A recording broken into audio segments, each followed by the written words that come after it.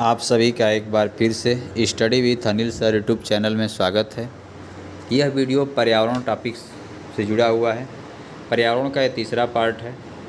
पहला और दूसरा पार्ट जो लोग नहीं देखे होंगे नीचे डिस्क्रिप्शन बॉक्स में उसका लिंक दे दूंगा, वहां से आप देख सकते हैं, जिसमें पर्यावरण के अर्थ, परिभाषा, घटक, आयाम, पर्यावरण की प्रकृति, पर्यावरण का महत्व आदि के बारे में वर्णन किया गया है। आज पर्यावरण का तीसरा पार्ट है, जिसमें पर्यावरण के प्रमुख संस्थान, पर्यावरण शिक्षा का मानव पर प्रभाव, भारत के प्रासंगिक पर्यावरण के मुद्दे टॉपिक पर विधिवत चर्चा की जाएगी। अभी तक चैनल से नहीं जुड़े तो चैनल को अवश्य सब्सक्राइब कर लीजिए।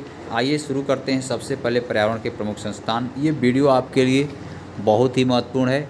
ये जितनी भी कंपटीशन लेवल परीक्षा है, इसके लिए भी ये परीक्षा के लिए बहुत ही महत्वपूर्ण वीडियो आपके लिए हो जाएगी। तो पर्यावरण से संबंधित प्रमुख संस्थानों को यहाँ पर देख लेते हैं एक एक करके, और इसको आप तैयार कर लीजिएगा। किसी भी परीक्षा में इससे ज़रूर एक प्रश्न बनते हैं। तो देखिए यहाँ पर लिखा है भारतीय वन अनुसंधान संस्थान। भारतीय वन अनुसंधान संस्थान, इस चीज़ को ध्यान दीजिएगा वन वाली शब्दावली पर। भारतीय वन अनुसंधान संस्थान आपका देहरादून में है। वहीं पूछ देता है कि भारतीय वन्य जीव अनुसंधान, देखिए वन अनुसंधान देहरादून, वन्य जीव अनुसंधान संस्थान भी आपका देहरादून में ही है। वहीं पूछ देता है वन से ही संबंधित कि भारतीय वन संरक्षण केंद्र कहाँ पर है, तो अभी कहाँ है, देहरादून में है। तो जहाँ पर वन का आ गया, स्पष्ट हो गया, ये सब देहरादून में है। वन्य जीव वाला भी देहरादून में हो गया। अब अगर प्रश्न पूछता है कि भारतीय वनस्पत सर्वेक्षण कहाँ पर है, ये आपका कोलकाता में है। भारतीय वनस्पत सर्वेक्षण आपका कोलकाता में है। फिर आगे बढ़ते हैं। आगे दिया है राष्ट्रीय वनस्पत विज्ञान संस्थान। राष्ट्रीय वनस्पत विज्ञान संस्थान, इसका कार्यालय आपका लखनऊ में है। ये संस्थान आपका कहाँ पर है, लखनऊ में है। अगला है राष्ट्रीय वानिकी अनुसंधान संस्थान, ये आपका पड़ता है झांसी में। अगला है केंद्रीय पक्षी शोध संस्थान, इज्जतनगर में। राष्ट्रीय पर्यावरण शोध संस्थान आपका पड़ता है नागपुर में। जो इज्जतनगर है पूछ रहे हैं आप लोग, तो इज्जतनगर आपका बरेली उत्तर प्रदेश में पड़ता है। अगला दिया है राष्ट्रीय ऊँट अनुसंधान संस्थान, ये आपका बीकानेर में है। बीकानेर जानते हैं कहाँ है, राजस्थान में है। और राष्ट्रीय ऊँट से संबंधित है, तो इतना तो स्पष्ट है कि राजस्थान में, आप लोग समझ गए होंगे। राष्ट्रीय ऊँट अनुसंधान संस्थान आपका बीकानेर में है। अगला दिया है भारतीय कृषि अनुसंधान परिषद। कृषि अनुसंधान परिषद आपका नई दिल्ली में है। आगे लिखा है भारतीय मृदा विज्ञान संस्थान, ये आपका प्रयागराज में है। भारतीय मृदा विज्ञान संस्थान का कहाँ पर है, तो प्रयागराज में है। भारतीय प्राणी सर्वेक्षण अगर पूछे, प्राणी सर्वेक्षण कहाँ पर है, तो ये आपका कोलकाता में है। भारतीय प्राणी सर्वेक्षण अगर पूछता है परीक्षाओं में, कई बार पूछा है ये, तो ये कोलकाता में है। अगला है प्राकृतिक इतिहास का राष्ट्रीय संग्रहालय। प्राकृतिक इतिहास का राष्ट्रीय संग्रहालय, ये बहुत ही महत्वपूर्ण है, यह इंपॉर्टेंट में रखिएगा। यह है आपका संस्थान नई दिल्ली में। प्राकृतिक इतिहास का राष्ट्रीय संग्रहालय कहाँ है, नई दिल्ली में। तो ये थे पर्यावरण से संबंधित प्रमुख संस्थान। तो इन संस्थानों को आप तैयार कर लीजिएगा। आपके किसी भी परीक्षा, यहाँ तक कि बीएड चतुर्थ सेमेस्टर में भी है, डीएलएड चतुर्थ सेमेस्टर में भी है, और जितने भी टेट, सुपर टेट, पुलिस जितना देख रहे हैं, सब चीज़ कंपटीशन लेवल के लिए बहुत महत्वपूर्ण था। अब आगे चलते हैं। हम लोग लिखा है पर्यावरण शिक्षा का मानव पर प्रभाव। पर्यावरण शिक्षा का मानव पर क्या प्रभाव है, इसके बारे में हम थोड़ा सा यहाँ पर देख लेते हैं हम लोग। देखिए पर्यावरण शिक्षा का, जब तक प्राकृतिक साधनों का यह उपयोग एवं उपभोग थोड़े लोगों तक सीमित रहा, मानव पर्यावरण पर इसका समग्र प्रभाव कोई अधिक खतरनाक नहीं था। थोड़े लोगों तक सीमित था, तो इसका प्रभाव क्या था, कोई अधिक खतरनाक नहीं था। लेकिन अब परिस्थिति बदल चुकी है। अब आज जो वर्तमान स्थिति है, परिस्थिति क्या है, बदल चुकी है। मानव के सामने केवल दो विकल्प रह गए हैं। एक तो यह है कि वह पर्यावरण को ऐसा बना दे कि जिससे वह जीवन के अस्तित्व के लिए सर्वथा अनुपयुक्त हो जाए, और दूसरा यह कि प्राकृतिक साधनों का उपयोग और व्यर्थ पदार्थों के नियंत्रण में अधिक बुद्धिसंगत व तर्कपूर्ण रवैया अपनाए। तो ये चीज़ें हैं। जो आज देख रहे हैं पर्यावरण शिक्षा पर, तो पर्यावरण शिक्षा आज के लिए बहुत ही महत्वपूर्ण है कि आज मानव पर इसका देख ही रहे हैं, क्योंकि आज जितना उपभोग हो रहा है इसका प्रभाव हम लोगों पर पड़ता जा रहा है।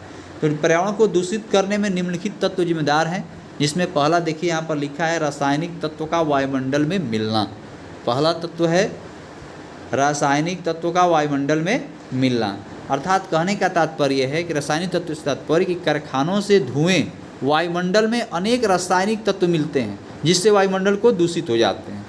कारखाने के जो धुएं निकलते हैं उनसे अनेक रासायनिक तत्व निकलते हैं और वायुमंडल को क्या कर देते हैं, दूषित कर देते हैं, और ये पर्यावरण प्रदूषण का कारण बनते हैं। दूसरा यहाँ पर तत्व लिखा है अंधाधुंध विकास का प्रभाव। आप जानते हैं कि आज वर्तमान स्थिति में सब कुछ तकनीकी का युग हो गया है। दिन प्रतिदिन आप देख रहे हैं जितना अधिक विकास हो रहा है, नए नए टेक्नोलॉजी आ रही है, नई मशीनरी युग आ रहा है, तो जैसे मशीनरी युग आएगा जितना विकास होगा उसका प्रभाव हमको देखने को मिलता है। जैसे आप देख रहे हैं आज लोग रेफ्रिजरेटर का प्रयोग कर रहे हैं, एसी का प्रयोग कर रहे हैं, तो उससे जो निकलने वाले धुएँ हैं, जो गैसें हैं, वो आपके लिए हानिकारक हैं। क्लोरोफ्लोरोकार्बन देख ही रहे हैं, तो ये सब हानिकारक हैं। कहने का मतलब कि जितना विकास का हो रहा है उसका मानव पर कहीं ना कहीं क्या हो रहा है, पर्यावरण शिक्षा के अंतर्गत मानव पर उसका प्रभाव देखने को मिलता है। अगला दिया है तीसरा, देख लेते हैं। यहाँ पर लिखा है प्रकृति से छेड़छाड़। कहने का तात्पर्य है कि प्रकृति और पर्यावरण का गहरा संबंध रहा है। ये जितना खुला भाग आप देख रहे हैं जो प्रकृति प्रदत्त है, इसमें जितना हम हस्तक्षेप करते हैं, छेड़छाड़ करते हैं, मनुष्य क्या करता है अपनी आवश्यकता के लिए, अपने लाभ के लिए पेड़ों को काट रहा है। पेड़ काट करके देख रहे हैं उसको दरवाजे बना रहा है, फर्नीचर बना रहा है, पेड़ों को काट करके कृषि योग्य भूमि बना दे रहा है। तो जितना आप प्रकृति से छेड़छाड़ करेंगे, यहाँ तक कि नदियों पर बंधे बनाकर पानी के जलस्तर को रोक दे रहा है। तो ये जितना देख रहे हैं प्रकृति से छेड़छाड़, नदियाँ हैं, पर्वत हैं, पर्वतों को तोड़ा जा रहा है, तोड़ करके देख रहे हैं गिट्टी छड़, जितना देख रहे हैं सीमेंट का निर्माण किया जा रहा है। तो प्रकृति से जितना आप छेड़छाड़ करेंगे, यह कहीं ना कहीं आपको आगामी परिणाम देखने को मिलता है। इसका प्रभाव के रूप में देखें तो देखते हैं तो भूखमरी आ जाती है, सूखा पड़ जाता है, यहाँ तक कि प्रकृति अपना संतुलन बनाए रखने के लिए प्राकृतिक आपदाओं के रूप में देखें तो भूकंप आ जाते हैं, ज्वालामुखी घटनाएं होती हैं। तो ये जितनी भी समस्याएं उत्पन्न होती हैं, अर्थात प्रकृति से छेड़छाड़ आदमी करता है तो उसका फल हमको देखने को मिलता है। तो इसका भी क्या है, मानव पर, हमारे ऊपर प्रभाव पड़ता है। तो ये अगला हम चलते हैं अम्लीय वर्षा, जिसे हम तेजाबी वर्षा के नाम से भी जानते हैं। तो आप सभी लोग जानते हैं कि इस समय जो कारखानों से निकलने वाले जो व्यर्थ पदार्थ हैं, ये व्यर्थ पदार्थ वायुमंडल में अनेक अम्ल में समा जाते हैं, जो तेजाबी वर्षा के रूप में धरती पर क्या होते हैं, बरसते हैं। तो अम्लीय वर्षा भी हमको क्या करता है, प्रभावित करता है, और ये सब आप देखते हैं हमारे कारण ही होता है। अगला है भौतिक प्रगति। तो भौतिक प्रगति से तात्पर्य है कि पृथ्वी ग्रह पर जीवमंडल का विस्तार ऊर्ध्व दिशा में 10 किलोमीटर, नीचे की ओर 35,000 किलोमीटर पृथ्वी की सतह पर और 23,000 फीट है, इसमें प्राणी पाए जाते हैं। मैंने कहने का मतलब है कि धरातल पर पृथ्वी के कुछ आंतरिक गहराई और कुछ वायुमंडल में जो प्राणी पाए जाते हैं, इनसे हमको कुछ न कुछ लाभ है, परंतु उसका अवशिष्ट से वातावरण प्रदूषित भी होता है। उससे कुछ न कुछ अवशिष्ट जो भी पदार्थ निकलते हैं, उससे हमारा वातावरण भी क्या होता है, प्रदूषित होता है, और उसका भी संबंध मनुष्य से है। अगला है लास्ट, प्रदूषक पदार्थ। प्रदूषक पदार्थ क्या है, इसको थोड़ा हम देख लेते हैं। वातावरण को प्रदूषित करने वाले जो पदार्थ या रसायन सहयोग देते हैं, वे सब प्रदूषक पदार्थ कहलाते हैं। तो वातावरण को जो जो प्रदूषित करने में लगा है, जो पदार्थ होते हैं, वो सब क्या है, जो भी रसायन है। जैसे मान लीजिए गैसें भी निकलती हैं, क्लोरोफ्लोरोकार्बन हो गया, या कोई रासायनिक चीज़ आप देख रहे हैं और रसायन का प्रयोग किया जाता है, वो हमको हानिकारी करता है, तो वो पर्यावरण को प्रदूषण करने में सहायक है। तो वो सब क्या है, प्रदूषक पदार्थ हैं। तो वो भी हमको क्या करते हैं, कहीं ना कहीं प्रभावित करते हैं। तो ये आपका जो मेन टॉपिक था, वो पर्यावरण शिक्षा का मानव पर प्रभाव। इसको आप क्रम वाइज आप देख सकते हैं, लिख लीजिएगा, और आपके परीक्षाओं के लिए बहुत ही महत्वपूर्ण था। अब हम आगे चलते हैं अगले टॉपिक की तरफ। अब लिखा है भारत के प्रासंगिक पर्यावरणीय मुद्दे। ये आपके लिए बहुत ही इम्पॉर्टेंट है। भारत के प्रासंगिक पर्यावरणीय मुद्दे हैं। पर्यावरणीय मुद्दों में सबसे पहला यहाँ पर आपका दिया है कि इस समय वर्तमान में भारत के लिए एक सबसे बड़ा मुद्दा क्या है पर्यावरणीय मुद्दों में। तो सबसे पहला यहाँ पर दिया है जलवायु परिवर्तन। आप जैसा कि आप जानते हैं कि तेज़ी से बढ़ती जनसंख्या एवं आर्थिक विकास भारत में पर्यावरणीय मुद्दों में प्रमुख हैं, क्योंकि यहाँ पर शहरीकरण और औद्योगिकरण का अनियंत्रित विकास, कृषि का बड़े पैमाने पर विस्तार एवं गहनता और वनों का विनाश बढ़ता जा रहा है। वर्तमान में भारत के प्रमुख प्रासंगिक पर्यावरणीय मुद्दे वनों एवं कृषि की भूमि में गिरावट, संसाधनों की कमी, पर्यावरणीय क्षरण, सार्वजनिक स्वास्थ्य, जैव विविधता के नुकसान, पारिस्थितिकी प्राणियों में लचीलेपन की हानि, गरीबों हेतु आजीविका सुरक्षा है। वर्तमान में बढ़ती जनसंख्या को देखते हुए ऐसा प्रतीत हो रहा है कि आगे आने वाले वर्षों में अनेक प्राकृतिक समस्याओं का सामना करना पड़ सकता है। भारत में पूरी दुनिया की जनसंख्या का 18% जनसंख्या यहाँ रहती है, जिस कारण प्राकृतिक संसाधनों में कमी हो रही है। इनका कारण भूमि पर भारी दबाव, भूमि क्षरण, वन, जैव विविधता का नुकसान, विनाश बढ़ता जा रहा है। भारत के प्रमुख मुद्दों में निम्नलिखित रूप में पहला यहाँ पर देखिए लिखा है जलवायु परिवर्तन। आइए जलवायु परिवर्तन में ध्यान देते हैं। भारत हमारा क्या है? एक कृषि प्रधान देश है। कृषि किस पर निर्भर है? जलवायु पर निर्भर है। और जलवायु में क्या हो रहा है? दिन प्रतिदिन परिवर्तन देखने को मिल रहा है, जिससे हमको कृषि के उत्पादन पर प्रभाव भी देखने को मिल सकता है। तो आने वाले समय में भारत में आपको कृषि पर के साथ साथ अन्य जितने भी मानव का स्वास्थ्य है, इस पर भी प्रभाव आपको देखने को मिल सकता है। देख रहे हैं कि दिन पर दिन भूमंडलीय ताप में वृद्धि हो रही है। तो यह कहीं न कहीं हमारे लिए क्या है? यह सबसे बड़ी एक पर्यावरणीय मुद्दा है।